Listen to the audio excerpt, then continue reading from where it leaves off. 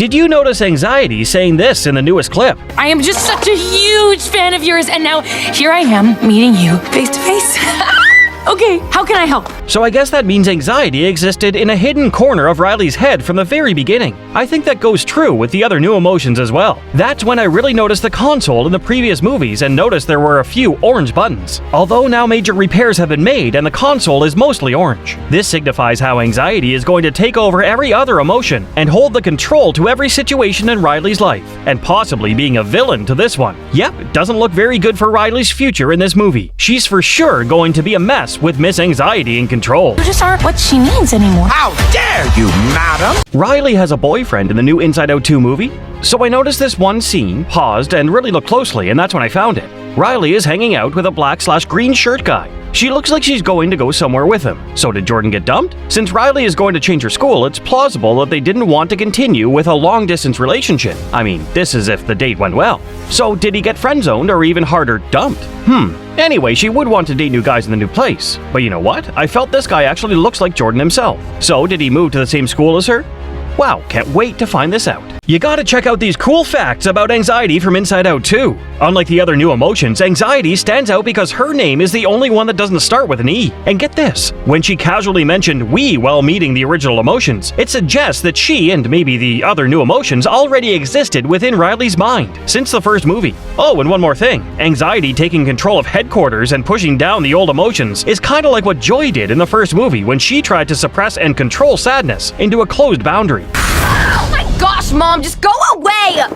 Warning, contains spoilers for Inside Out 2. Inside Out 2 will be blending different animation styles not seen in the original movie, mixing traditional Pixar with new approaches. Just like in Across the Spider-Verse, 35 minutes of an unseen footage released by CinemaCon confirmed that Anxiety and the gang are not necessarily the most groundbreaking addition to the movie's lineup. Apparently, there will be a Final Fantasy-esque video game character that Riley used to have a crush on, a deep, dark secret that remains mysterious, a mysterious cloaked being, as well as a dog from a preschool show, which is Bluefy, spoofing Blue's Clues. Now about the video game character. My guess is on Sora from Kingdom Hearts 4, or it could also be Lance. So are we really getting a Sora KH4 cameo in Inside Out 2? This could very much be possible, as there have been cases of KH being canon to Disney movies like Big Hero 6. So this also kinda confirms Inside Out world for Kingdom Hearts. So any guesses on the mysterious cloaked being? Comment below.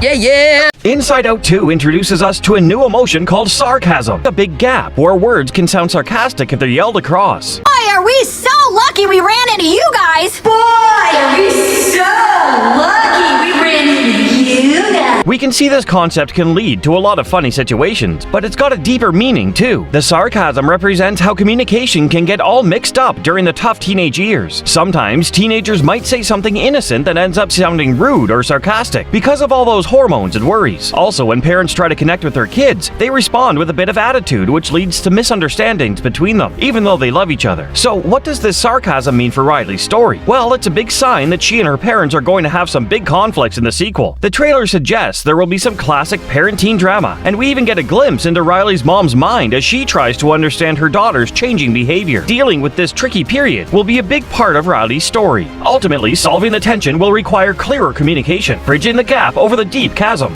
Pixar revealed the first glimpse of another brand new emotion in Inside Out 2, nostalgia. Nostalgia was revealed through a key art photo. This emotion, not seen before, is portrayed as a warm, gentle, elderly lady. I think this might be the mysterious emotion voiced by Oscar nominee June Squibb, whose casting Pixar revealed months back.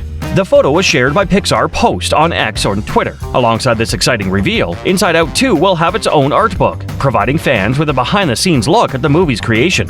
The art of Inside Out 2 will be released on May 7, a month prior to the sequel's premiere. Yeah! So in Inside Out 2, why do you think envy is a little kid while embarrassment is portrayed as a huge elephant? Let me explain through examples. For instance, how do you feel when you're envious or jealous of something or someone? You feel little or inferior in front of them, right? So that's why I think envy is a tiny frame character. While on the other hand, when we're embarrassed, we feel like the whole world is looking only at us. We feel so noticeable while we just want to hide and cover ourselves, make ourselves invisible. That's exactly how the character is built. What do you think? Let us know in the comments. You can't just bottle us huh? Is Riley really adopted? Watch till the end. Riley and her parents' sudden relocation to San Francisco in the film suggests a possible connection to Riley's biological origins. Maybe her real parents wanted her to live close by to them. This is not a random, vague assumption, and I'll explain why. Physically, Riley bears significant differences from her parents. These distinctions become more clear in the second movie. For instance, Riley's long blonde hair contrasts sharply with her parents' darker hair tones. Moreover, her blue eyes stand out against her parents' brown ones, prompting speculation about her biological lineage. The opening scene from the first movie, where her mother is not in a typical delivery room setting, supports these doubts further. Several such clues hint at this possibility. What are your thoughts on this matter? Be all right. Let's just stop saying everything will be all right. Did you notice the Four Town poster in Riley's bedroom in Inside Out 2? Yes, the Four Town May and her friends are obsessed about and turning red is on Riley's wall behind her bed. It's great to know that the band is still in trend and being worshipped more than 20 years later. As we know, Turning Red took place in the early 2000s, whereas Inside Out 2 is parallel to the same time as us in the present. Only thing that worries me is that it's the same young Four Town members poster which existed 2 decades earlier. Didn't they make any other posters for themselves throughout their entire career? Just kidding. So anyway. So is Riley bisexual? The newest Inside Out 2 trailer was one of the best trailers I've seen in a long time. It shows a lot without showing a lot, especially for the movie's fans. This is a roller coaster of excitement and nostalgia. The trailer has sparked intense discussion regarding Riley's potential bisexuality. That Operation New Riley begins. Come on! This speculation stems from various clues, such as Riley going on a date with a boy in a previous short film, and the upcoming sequel exploring the period of life where many question their sexuality. Observing Riley's complex emotions, particularly envy always popping up around a new female character, suggests a possible romantic interest. The trailer hints at Riley's fluctuating emotions when the girl is present or absent, potentially indicating a crush. She's mostly bored in the scenes when the girl is absent. It seems the film will delve into Riley's internal struggles and how they may affect her friendships. The focus on this new character in the trailer raises questions about Riley's romantic inclinations towards girls. Well, that's a preview of the next 10 years. So, in my Inside Out 2 video, which went viral, I noticed a lot of you commenting on why I said what I said and why does a movie like this have to be about gender identity, LGBTQ, etc. Do take a look at that video to see all the reasons. But also, if you notice in the trailer, it's mentioned that the movie is not yet rated, so that implies we still don't know if Pixar will take that route about period talks, topics on gender identity, or even LGBT elements. Pixar seems to have their hands tied to avoid serious backlashes, especially after the Snow White live-action movie. Snow Brown and the 7 pronouns. Did you catch the LGBTQ plus nod theory in Inside Out? So Riley's dealing with all these San Francisco surprises, like broccoli on pizza.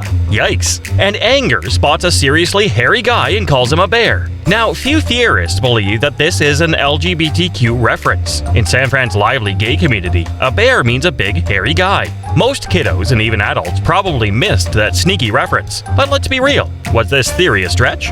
I think so. That's it. I'm done. Congratulations, San Francisco! You've ruined pizza! Did you hear that sadness might be the antagonist in Inside Out 2? This is so sad. Yeah, in the sequel, they introduce some new emotions into Riley's mind. When anxiety is introducing herself in these new emotions, Sadness asks for the big guy's name. She's got this slight smirk on her face, like she's into them. You know how when someone gets anxious or embarrassed, they start feeling sad? I think that's why sadness is going to be important in this movie. Also, when all 5 emotions are trapped in a bottle, we see them all, but when they escape, we only see 4 and sadness is missing. Maybe sadness ran off to join anxiety, leaving the others behind. It's just a theory though. We'll have to wait and see.